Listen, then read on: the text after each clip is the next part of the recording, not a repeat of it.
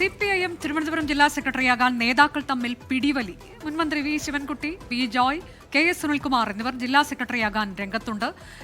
ഇതിനിടെ തിരുവനന്തപുരം ജില്ലാ സെക്രട്ടേറിയറ്റിൽ സംസ്ഥാന സെക്രട്ടറി MV ഗോവിന്ദനെതിരെ രൂക്ഷ വിമർശനമുയർന്നു. ശ്രീജിത്ത് വിശദാംശങ്ങളുമായി. ശ്രീജിത്ത്, എന്തുകൊണ്ടാണ് ഇങ്ങനെ ഈ മുതിർന്ന നേതാക്കൾ തമ്മിൽ ഒരു പിടിവലി ഉണ്ടാകുന്നു എന്ന വാർത്ത നമുക്ക് നൽകേണ്ടി വരുന്നത്? വി ജോയ് അദ്ദേഹം തെരഞ്ഞെടുപ്പിൽ മത്സരിച്ച് ജയിച്ചതാണ്. അങ്ങനെയെങ്കിൽ മാറണം എന്നുള്ളൊരു കീഴ്വഴക്കം അദ്ദേഹം പാലിക്കാൻ തയ്യാറല്ല എന്നുണ്ടോ? എന്താണ് അവിടെ സംഭവിക്കുന്നത്?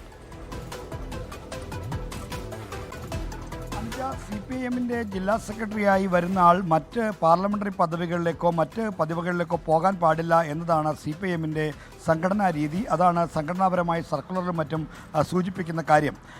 വി ജോയി വർക്കലയിൽ മത്സരിക്കാൻ പോയപ്പോൾ ആക്ടിംഗ് സെക്രട്ടറിയായി സംസ്ഥാന സമിതി അംഗം A റഹീമിനെ നിയമിച്ചു.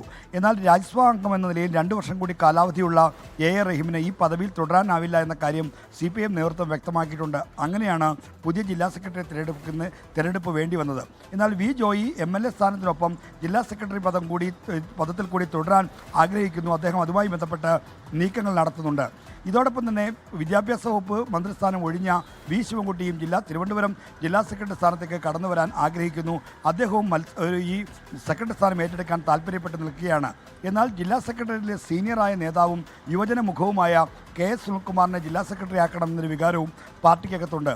ഇന്നലെ നടന്ന ജില്ലാ സെക്രട്ടേറിയറ്റിൽ ഇത് മുൻനിർത്തി രൂക്ഷമായ വിമർശനങ്ങളാണ് നടന്നത്. CPIM സംസ്ഥാന സെക്രട്ടറി MV ഗോവിന്ദൻ പങ്കെടുത്ത ജില്ലാ സെക്രട്ടേറിയറ്റ് യോഗത്തിൽ ഗോവിന്ദനെതിരെ തന്നെ രൂക്ഷമായ വിമർശനം ഉയർന്നു. സംസ്ഥാന സെക്രട്ടറി എന്ന നിലയിൽ MV ഗോവിന്ദൻ തികഞ്ഞ പരാജയമാണ് എന്നാണ് ചർച്ചയിൽ പങ്കെടുത്ത എല്ലാ നേതാക്കളും ചൂണ്ടിക്കാണിച്ചത്. സംസ്ഥാന സെക്രട്ടറിയുടെ ഭാര്യ തളിപ്പറമ്പിൽ സ്ഥാനാർത്ഥിയായതോടെ സെക്രട്ടറി തെരഞ്ഞെടുപ്പ് കാലത്ത് സംസ്ഥാനമാകെ നേതൃത്വം നൽകുന്നതിന് പകരം കണ്ണൂരിലേക്ക് കേന്ദ്രീകരിച്ചു. ഇത് വലിയ തോതിലുള്ള തിരിച്ചടിയുണ്ടാക്കി. ഇതോടൊപ്പം തന്നെ തിരുവനന്തപുരം ജില്ലയിൽ ജില്ലാ സെക്രട്ടറിയാകാൻ യോഗ്യരായ ആരുമില്ല എന്ന ഒരു പരാമർശം MV ഗോവിന്ദൻ നടത്തിയിരുന്നു. ഇതിനെ ചോദ്യം ചെയ്ത് ജില്ലാ സെക്രട്ടറിയിലെ മറ്റൊരു സീനിയർ അംഗമായ N രതീന്ദ്രൻ രംഗത്ത് വന്നു.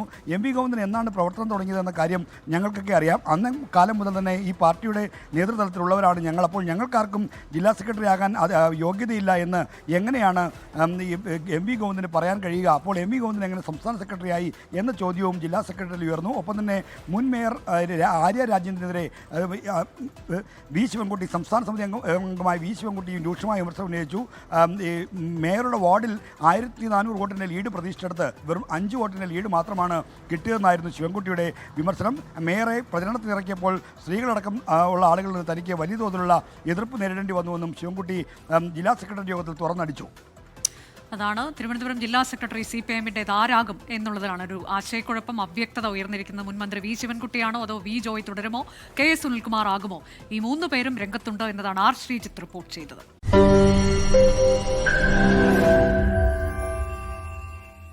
ലോകത്തെവിടെയായാലും ഏത് സമയത്തും 24 വാർത്തകളും ഓഗ്മെന്റഡ് റിയാലിറ്റി പാക്കേജുകളും എക്സ്പ്ലെയിനറുകളും വിശദമായി കാണാൻ ഞങ്ങളുടെ YouTube ചാനൽ നിങ്ങൾക്ക് സബ്സ്ക്രൈബ് ചെയ്യാം.